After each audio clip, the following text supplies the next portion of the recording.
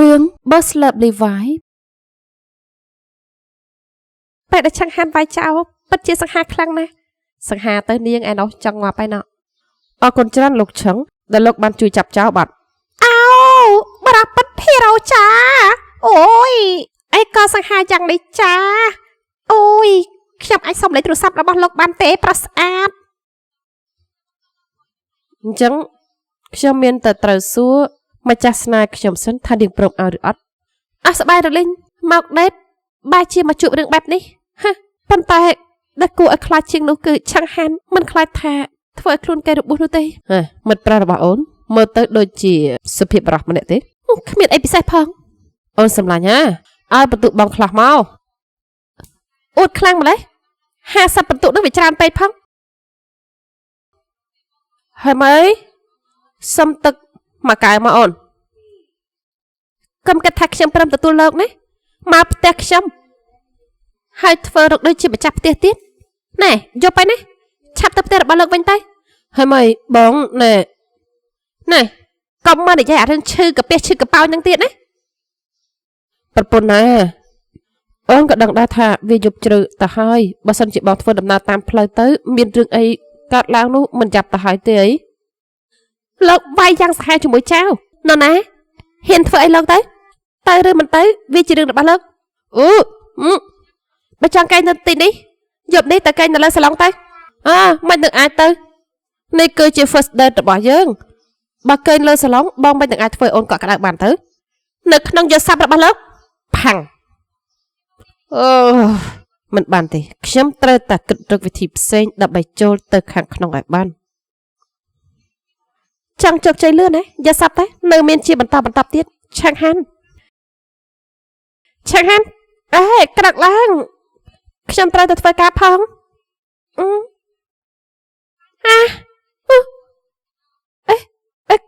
គេចាក់ចេញទៅទាំងយប់មែនទេ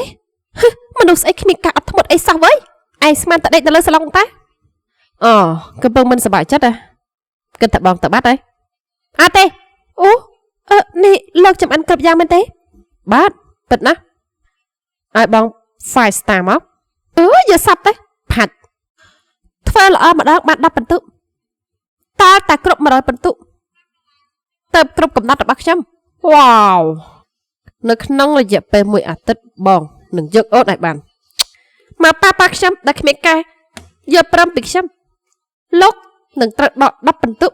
ដោយស្វ័យប្រវត្តិគ្មានការតវ៉ាអីទាំងអស់មិនក៏ដកបន្ទុកបងអញ្ចឹងអូយអញ្ចឹងបន្ទុករបស់លោកគឺ0ណាបានតិចទួយសក់ដកបន្ទុកដែរម៉ណៃអើយស៊ូឡើងហេតុអីបានជាអូនធ្វើបែបនេះដាក់បងខូចខើដល់ថ្ងៃនេះខ្ញុំមកប្រកាសប្រាប់អ្នកទាំងអស់គ្នាថាក្រុមហ៊ុនរបស់យើងបានទទួលការបណ្ដាក់ទុនពីក្រុមហ៊ុនចៃអានរួចរាល់ហើយបាទសូមស្វាគមន៍លោកប្រធានឆាំងហាន់ឆាំងហាន់ខ្លាចជាច្បាស់របស់ពួកយើងហើយម៉េចរីករាយណាស់ដែលបានធ្វើការជាមួយនាងមនុស្សចង្រៃនេះឆាប់ភ្លាមណាខ្ញុំមានណាត់យប់នេះហើយណែឯងណាត់ជាមួយអ្នកណាហើយមិនក៏ខ្ញុំមិនដឹងអីម៉ៃនិយាយអញ្ចឹងពួកយើងត្រូវទៅ dinner ជាមួយគ្នាមែនទេចាឯងណាត់ dinner ជាមួយគាត់ទេពួកយើងទៅសិនហើយហើយម៉េចតាខ្ញុំជូននាងទៅផ្ទះវិញខ្ញុំមិននឹងអាចឲ្យច្បាយរបស់ខ្ញុំជូនខ្ញុំទៅផ្ទះបានទៅច្បាយស្អីទៅខ្ញុំមកនេះក្នុងឋានៈជាឆ្កែរបស់នាងទេរវាងពួកយើងមិនអាចទៅរួចទេមិនប្រកាសដែរចាំម៉េចខ្ញុំ10បន្ទុកមកបានអូខេល្អណាស់បានហើយលើទៅផ្ទះវិញទៅខ្ញុំអស់កម្លាំងខ្លាំងណាស់បាទហើយមើលយកសាប់ល្អណាស់ហើយមិនបាច់ជាលោកលេងឈ្គត់បែបនេះទៀតហើយព្រោះតែអូនគួរតែទិញអាផាតមិននៅទល់មុខនេះដែរមិនអញ្ចឹងលោកឯងនេះធ្វើអីតាមតែចិត្តខ្លួនឯងពិតមែនដក10បន្ទុកអើយការខំប្រឹងប្រែងរបស់ខ្ញុំ នៅលេខខ្សលទៀតហើយអូនច្បាស់ជាគ្មានថ្ងៃដឹងនោះទេបងបានត្រៀមតាក់មួយទៀតរួចរាល់ហើយសួស្តីហេម៉ៃម៉ែក៏មកគាត់ទ្វារអ្នកដតីទាំងព្រឹកប្រហែមបែបហ្នឹងអូនធ្លាប់ឮទេបាក់សីតែងតែភ្ញាក់ពីព្រលឹមដើម្បីចាប់ដង្កូវបងក៏ដូចគ្នាដែរបងភ្ញាក់មកដើម្បីស្វែងរកពិន្ទុព្រោះតែចំណុចនេះហើយទើបបានជាបងព្យាយាមយ៉ាងខ្លាំងមិនចាប់ទេខ្ញុំមិនចូលចាប់ផ្កានេះទេអូផ្កានេះគឺសម្រាប់ម៉ាក់បងចង់ទៅមន្ទីរពេទ្យទៅសួរសុខទុក្ខម៉ាក់នេះគឺជាផ្កាដែលម្ដាយរបស់បងចូលចិត្តមានអីកើតឡើងអូនចូលចិត្តវាទេនោះជាម្ដាយរបស់ខ្ញុំតាអូមកឆាប់ឡើងកុំខឹងបងមិននឹងអាចភ្លេចបានទៅអូនចូលចិត្តផ្កាកន្លះជាងគេហេត្រូវហើយវ៉ាឲ្យ10បន្ទុកចាបងនឹងព្យាយាមបន្ថែមទៀត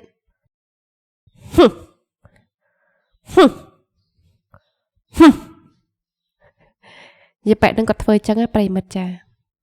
ហើយម៉ៃមិត្តភក្តិរបស់ខ្ញុំអីទេហើយមិនបានទៅជាមួយប្អូនថ្លៃអញ្ចឹងហើយចឹងហើយបានជាម៉ាក់ខឹងហើយទៅជាឈឺបែបនេះថាម៉េច